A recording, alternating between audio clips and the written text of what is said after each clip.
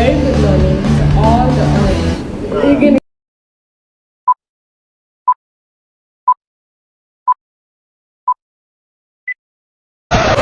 A very good morning to the honorable judges, teachers, and all my fellow viewers.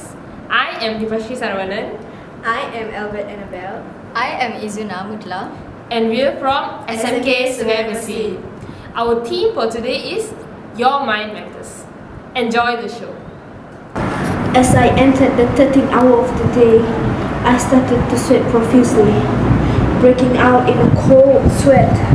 My hands started shaking, pen falling out, and my head began to spin as the tears that welled up in my eyes turned everything into a blur.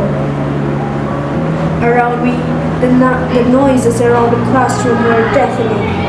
The sounds of students typing away on their laptops, whispering to each other, and jotting down notes in their notebooks. All seemed to taxing as my senses heightened.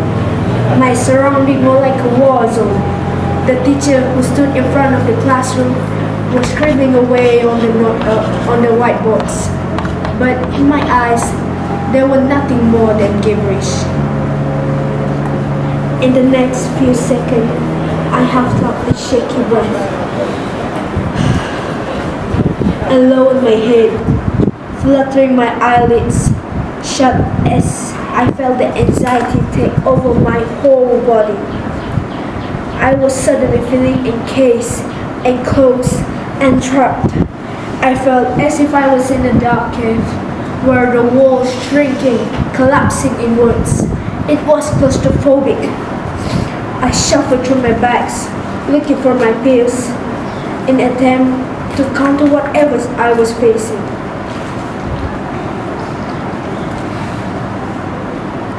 The pills I consumed made my mind go wander far and wide, drifting off into a safe nearby place. Usually, I had a line of words that I would repeat over and over again to help calm my nerves. So I turned to that while taking in a deep breath.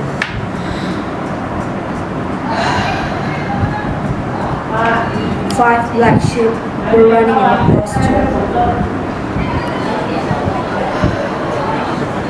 Five black sheep were running in the pasture.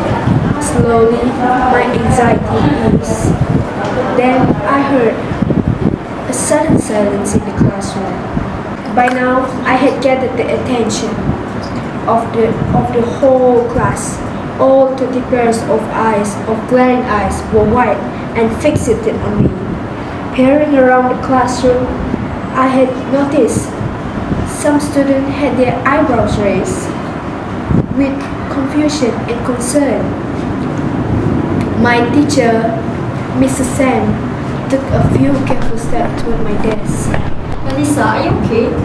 That was a first-person insight to the life of a normal 16-year-old leading a normal life and going to a normal school, surrounded by normal people. As normal as he may seem, he is actually a victim of mental health issues. A root cause of the problem was never really investigated by people around him. Are you okay? What's wrong? Were just mere fillers that entail the awkwardness to his panic attacks. Few tried to probe it, but hardly any of them managed to get to the root of the cause. The root cause may be from child abuse, mental, physical, sexual abuse, childhood trauma, and sometimes even unforeseen accidents. There are always people around us who are going through tough episodes of their lives. But therefore, we shouldn't be one to judge and curse people without knowing what they are going through. Everyone is like an iceberg. We may only be seeing the tip of it, but we ought to realize that there are deeper parts that we are not aware of.